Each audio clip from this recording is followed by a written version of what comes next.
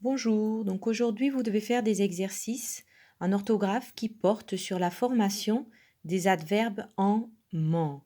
Alors les adverbes en ment se forment en fait à partir d'adjectifs auxquels on rajoute le suffixe ment. Donc dans le premier exercice, on vous demande de compléter un tableau.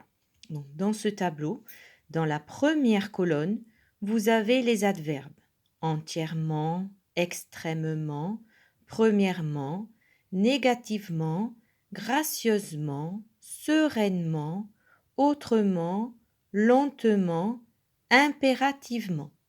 Alors ce que l'on vous demande dans cet exercice, c'est d'écrire dans la première colonne l'adjectif féminin à partir duquel a été formé cet adverbe et ensuite l'adjectif masculin qui correspond à l'adjectif féminin.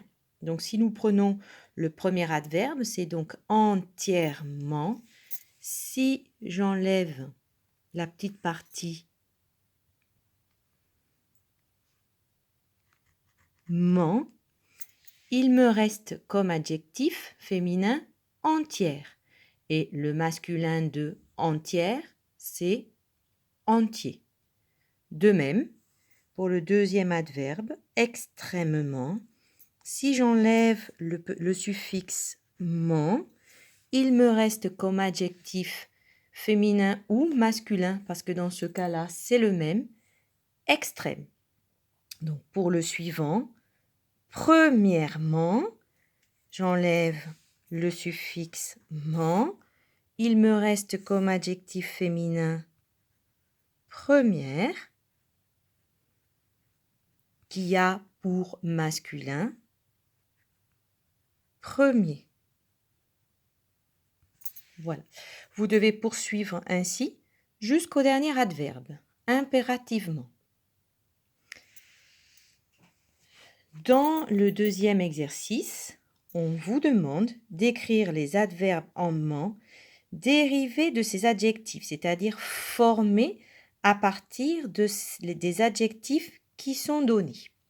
Donc, pour former l'adverbe à partir de l'adjectif, on va d'abord prendre le féminin.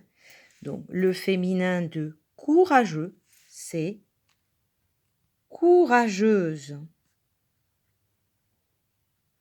Et pour former l'adverbe, il me suffit d'ajouter le suffixe ment. Donc, on voit le féminin de l'adjectif courageuse auquel on ajoute le suffixe ment. Donc vous devez procéder ainsi pour tous les adjectifs. Par exemple, pour le deuxième, parfait, le féminin de parfait, c'est parfaite. Donc l'adverbe sera parfaitement. Voilà. Donc ici, j'ai pris l'exemple de la fiche 25 des CM1, mais c'est la même chose pour vous, les CM2. Exercice 3.